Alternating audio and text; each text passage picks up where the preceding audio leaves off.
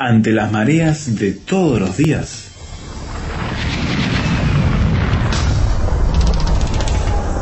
llegamos a tierra firme.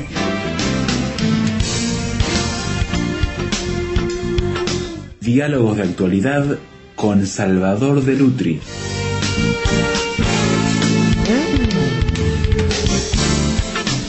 Más allá de las religiones oficiales establecidas y que tienen una presencia histórica muy importante en nuestro mundo, cada cultura, cada región, hasta cada localidad particular a veces desarrolla lo que se ha devenido en llamar religiosidad popular. Cosas que son tan particulares, incluso en la manera de entender elementos que tienen que ver con la fe, que llaman la atención al que viene de afuera y mira ese fenómeno con curiosidad. Pero ocurre, Salvador, entonces, que en Latinoamérica hay una gran diversidad de estas expresiones que son bien metidas en diferentes comunidades a lo largo de todo nuestro continente. Y esto, me imagino, vos como viajero lo habrás captado en ese caminar por varios lugares de Latinoamérica. Sí, por supuesto, es muy común en América Latina, es muy común ese tipo de religiosidad creada por algún mito, por alguna historia que ha corrido entre la gente y que se transforma después en un santo pagano, por así decirlo, que no se sabe muy bien cuál es su historia ni de dónde salió, pero que tiene una amplia veneración. Eso es muy común. Yo quisiera que primero pensáramos por qué suceden estos fenómenos. ¿Por qué? ¿Por qué los hombres crean estos sistemas religiosos, ¿no? Un círculo de escritores me invitó a dar una conferencia sobre la ceguera de Borges. Borges era un hombre declaradamente agnóstico, ¿no? Es decir, él no creía en Dios. A pesar de que venía de una familia donde había elementos protestantes, porque tenía una abuela que era metodista, a pesar de eso, y tenía a su madre que era católica, pero a pesar de eso él no creía en Dios. Abiertamente se declaraba agnóstico, decía que él no creía en la existencia de un ser que nos premiara o nos castigara en la eternidad. Entiendo. Allá por el año 1955 comenzó a quedarse ciego. Y entonces cuando comienza la ceguera y cuando se da cuenta que su ceguera es irreversible, como lo había sido la de su padre y la de su abuelo, él escribe un poema. Escribe un poema porque está en la Biblioteca Nacional, rodeado de 800.000 volúmenes. ¿Qué te parece? Y se está quedando ciego. Y entonces en el poema dice así: nadie rebaje a lágrima o reproche esta declaración de la maestría de Dios, que con magnífica ironía me dio a la vez los libros y la noche. Algo que ciertamente no se nombra con la palabra azar rige estas cosas. Entiendo. El agnóstico está hablando de Dios, está hablando de que las cosas no se rigen por el azar. Entonces uno dice, bueno, ¿en qué quedamos? ¿Borges es un agnóstico o no es un agnóstico? ¿No?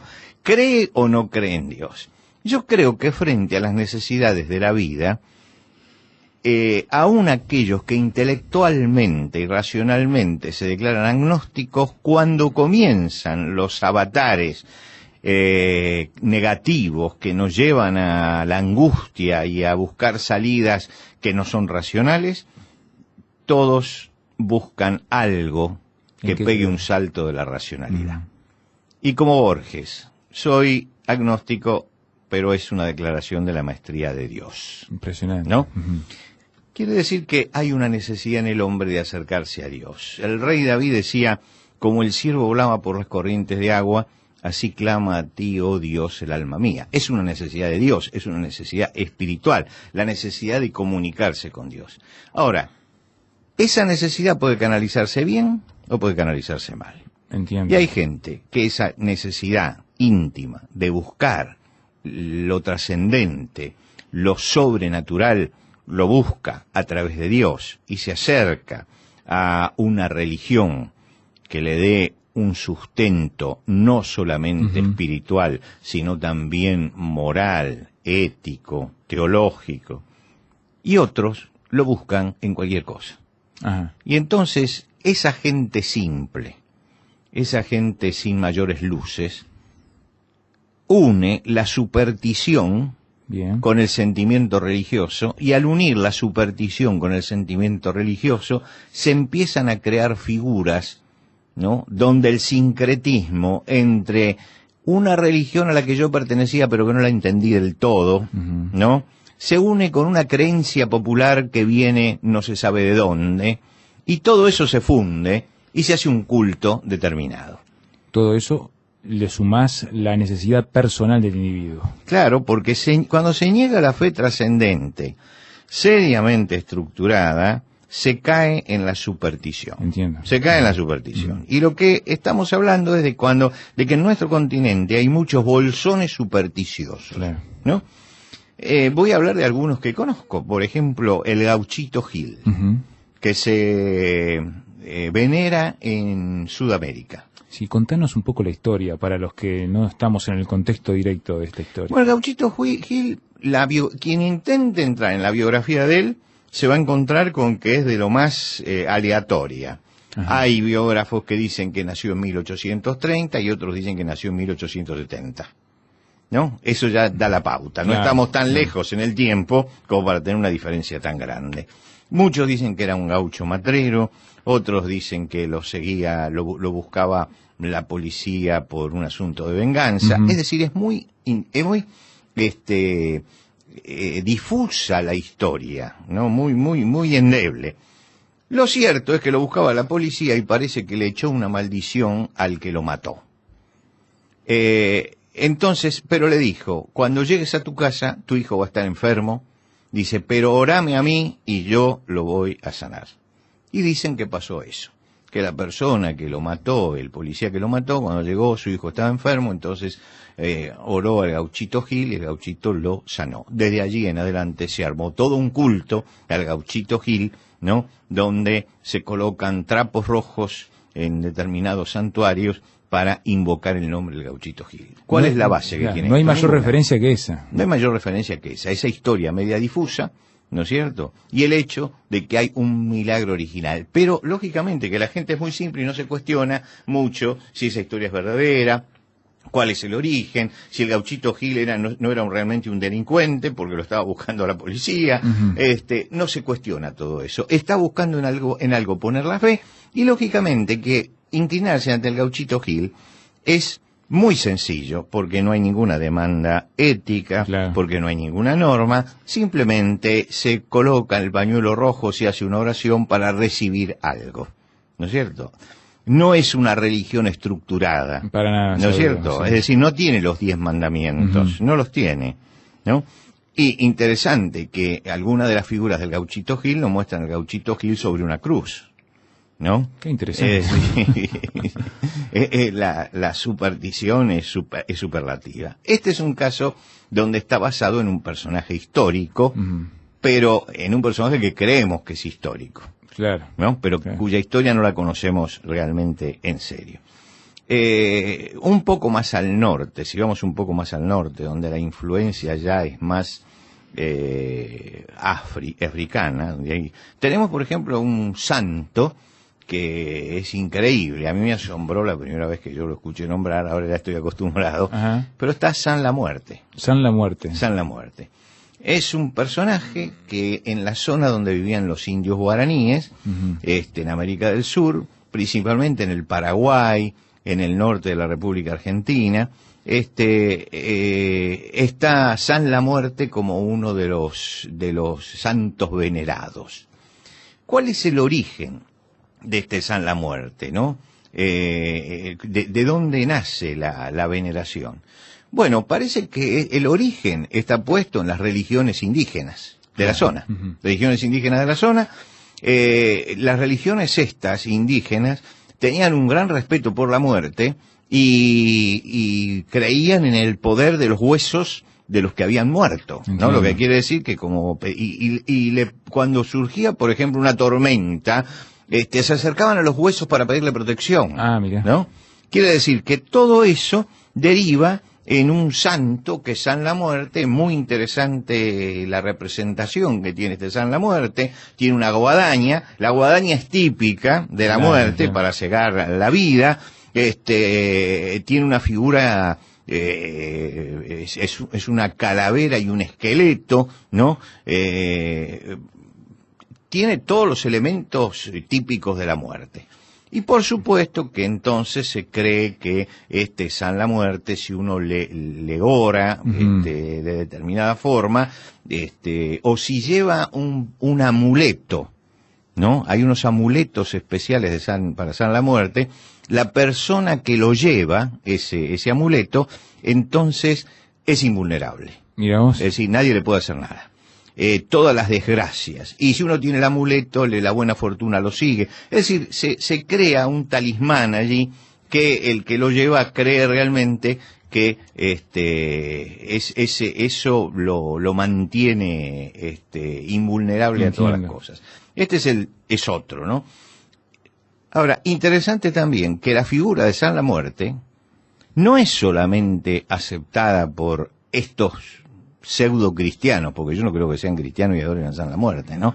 Sino que además la Umbanda y las religiones africanas también es un sincretismo religioso lo que tiene. ¿Y cuándo se puede celebrar la fiesta de San la Muerte? El 2 de noviembre. Claro. ¿No? Es decir, cercano a la muerte, al Día de los Muertos y de los Santos. Difuntos, sí. Y las ofrendas que se les ponen son ofrendas de whisky, de caña, lo que quiere decir que San la Muerte tiene algo que ver con las bebidas alcohólicas. Con las bebidas alcohólicas, ¿no? Tenemos otro de estos santos. Esta también es religiosidad popular. La primera parece que tenía una raíz histórica, la segunda tiene una raíz africana. Yo creo que hay mucho de africano en lo de San la Muerte mezclado con indígena. Hay que entender que los indígenas se les predicaba el cristianismo y hacían el sincretismo religioso, unían las cosas y comenzaban a adorar eso que ellos iban también creando.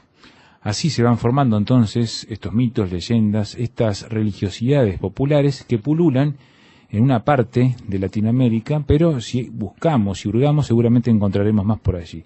¿Qué explicación podemos darle a todo este fenómeno? Luego de la pausa seguimos con Salvador de Lutri en Tierra Firme.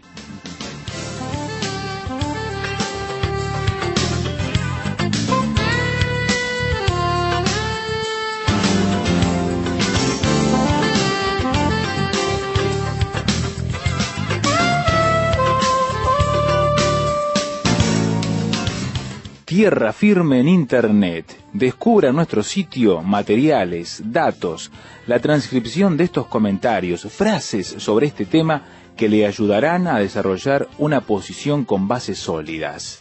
Visítenos en www.tierrafirmertm.org www.tierrafirmertm.org. Tierra Firme es una producción de Radio Transmundial.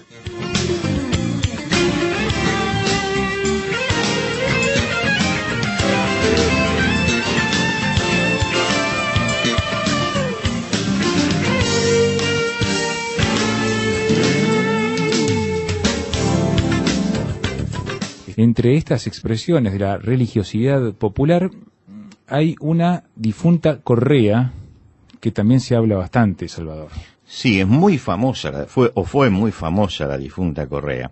La difunta Correa era una mujer que en el tiempo de las guerras de la independencia, una mujer llamada Correa, lo único que se sabe, por eso se le dice difunta Correa. Después se sacó por allí que había tenido un nombre, pero el nombre popular es difunta Correa. Bien.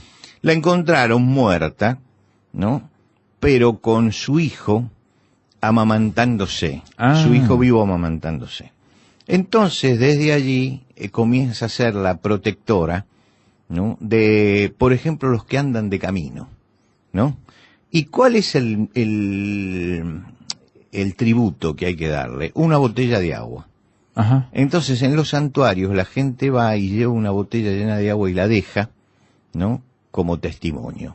En una de las provincias del noroeste argentino tenía el santuario La Difunta Correa, un santuario que tenía muchísimos peregrinajes hasta que la Iglesia Católica la condenó diciendo que no tiene nada que ver con la religiosidad católica, que no es una santa venerada por los católicos, y entonces empezó a disminuir. Lo que no quiere decir que haya terminado, porque bajó la difunta Correa y comenzó el Gauchito Gil. Claro, entiendo. Pero es interesante, por ejemplo, que no es solamente esto, ¿no es cierto? Porque, bueno, estamos hablando de personajes históricos, personajes míticos, pero, por ejemplo, un cantante de moda que murió en un accidente tiene también su santuario. Claro. ¿No? Y eso forma parte de la religiosidad popular. Que año a año van a venerarlo. Sí, lo van a venerar y le van a pedir cosas. Ah, mirá. Una cantante popular de melodías populares que se llamaba Gilda tiene sus estampas y tiene también su santuario. Y no solamente eso. Hay una religión alrededor de Maradona, por ejemplo, de Diego Maradona, la religión maradoniana, con un Padre Nuestro Maradona, ¿no? Que yo creo que es una de las blasfemias más grandes que yo he escuchado en mi vida, ¿no? Pero hay gente que lo hace. ¿Y esto de qué habla? Y habla de una necesidad espiritual mal canalizada, ¿no? En alguna forma la gente necesita canalizar su espiritualidad y en vez de buscar a Dios y seguir el camino que está marcando Jesucristo, busca todo esto que tiene mucho de mágico y tiene muy poco de demanda. Ajá, es decir, ninguno de estos casos que nosotros hemos marcado pide mucho. La difunta Correa lo único que pide es que le pongamos una botella de agua. Entre la botella de agua y los 10 mandamientos hay una gran diferencia, ¿no es cierto? El Gauchito Gil, que le coloquemos esos pañuelos rojos, ¿no es cierto? Entre los pañuelos rojos, ¿no? Y el Sermón del Monte hay una gran diferencia. Me parece que ¿no? sí. Y lógicamente, cuando yo me acerco a Dios, cuando realmente me acerco al Dios creador del universo, ¿no? Al Señor Jesucristo, que como dice el credo, su único Hijo, nuestro Señor, ¿no? Yo me acerco a aquel que no solamente es todopoderoso y hace todas las cosas y quiere darme bendiciones, sino que también tiene demandas para mi vida, claro, que ordena mi existencia. Y lógicamente que estas cosas en una sociedad tan frivolizada como la nuestra, tan superficial como la nuestra, resulta pesado. Es mucho más fácil creer en el Gauchito Gil y unirse a mucha gente que cree, y esa creencia de que tiene la gente de que si muchos creen esto, entonces es verdad. Claro, ¿no? Claro. Y entonces se hacen cultos alrededor de estas cosas, cultos abiertamente, en algunos casos abiertamente paganos, en otros degradantes. Hay que entender también que la gente que va a estos cultos pertenece, la gran mayoría, no todos, pero la gran mayoría, es gente pobre, es gente de un bajo nivel social y cultural, pero que tienen en los santuarios, tienen quienes les venden todos los elementos que de homenaje al santo pagano que veneran. No, Lo que quiere decir claro, que hay un negocio muy grande también alrededor de la difunta Correa. ¿Por qué la Iglesia Católica intervino? Porque había un negocio tremendo alrededor de eso. Había gente que se enriquecía detrás del nombre de la difunta Correa. Así como hay quienes se enriquecen también detrás del Gauchito Gil, ¿no es cierto? Esto no quiere decir que por ahí no haya también algunos sinvergüenzas cristianos que se enriquezcan con el nombre de Jesucristo, que también los hay, ¿no es cierto? Pero me refiero que esta religiosidad popular se sostiene también mucho porque hay quienes la promueven porque es una fuente de ganancia. Y es una fuente grande de ganancia. Se calcula que solamente en Argentina el Gauchito Gil tiene alrededor de 200.000 seguidores. ¿Qué te ¿no es parece? cierto? Entonces hagamos una imagen del Gauchito Gil para vender, por rústica que sea, y tenemos un negocio tremendo, ¿no es cierto? Y demos un talismán bendecido del Gauchito Gil o de San la Muerte, y entonces ahí ya hay un negocio importante. Siempre detrás de todas estas cosas también se mueve el negocio. Pero no solamente se mueve el negocio, se mueve la credulidad popular. Y se mueven también los que incentivan la credulidad popular. Las dos cosas. Y hay que tener mucho cuidado con esto. Yo creo que cuando nosotros estamos en un problema o estamos en un momento de angustia, tenemos que levantar los ojos al Creador, tenemos que levantar los ojos al cielo. El Señor Jesucristo dijo: yo soy el camino, la verdad y la vida. Nadie viene al Padre si no es por mí. Si nosotros queremos llegar a Dios, tenemos que llegar a través de Jesucristo. Y tenemos que buscar a Jesucristo. El apóstol dijo: en ningún otro hay salvación, porque no hay otro nombre debajo del cielo dado a los hombres en que podamos ser salvos. Lo que quiere decir que el todo poder es de Dios, está canalizado a nosotros a través de Jesucristo. Y hay que invocar el nombre de Jesucristo. Yo sé que esto después trae demandas, que hay hay condiciones éticas para vivir, pero indudablemente si queremos tener resultados en nuestra vida, podemos decir que no es San la Muerte, no es el Gauchito Gil, no es la difunta Correa, no es la cantante Gilda, ni ninguna de las cosas que se ven por allí. Estamos frente a cosas que los hombres construyen y cosas que destruyen. Yo recuerdo hace muchos años que estuve conversando con una mujer que me pidió por favor que fuera a su casa porque tenía un problema.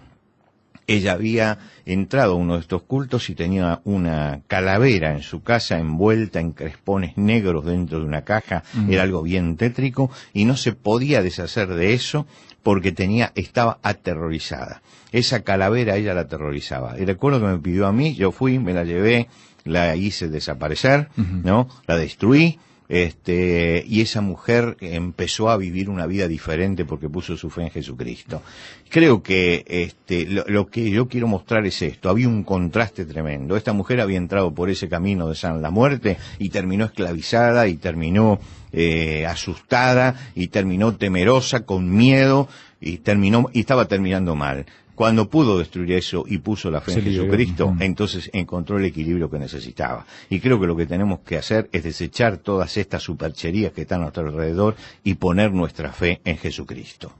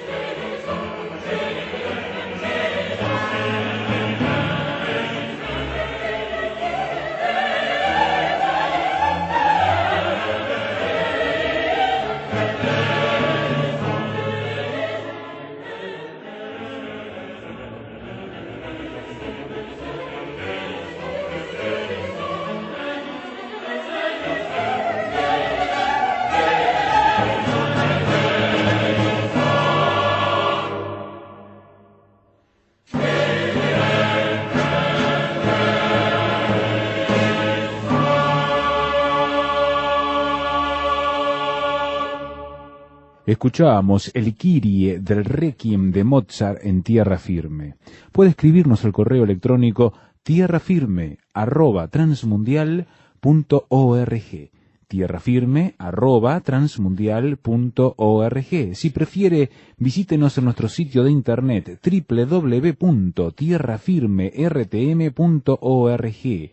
Allí va a encontrar el audio para escuchar nuevamente el programa, el archivo MP3, que se lo regalamos para que lo pueda bajar sin ningún costo de su parte, la transcripción también de este programa para que usted acceda a ella, y opinar, porque está el programa en formato de blog, cada uno colocado allí en el sitio para que usted pueda dejar sus opiniones e interactuar con otros cibernautas, al igual que con nosotros, www.tierrafirmertm.org. Le agradecemos mucho la compañía el día de hoy y esperamos haberle desafiado a pensar en estas cosas. Si Dios quiere, nos encontramos en la próxima edición cuando anunciemos una vez más Tierra Firme.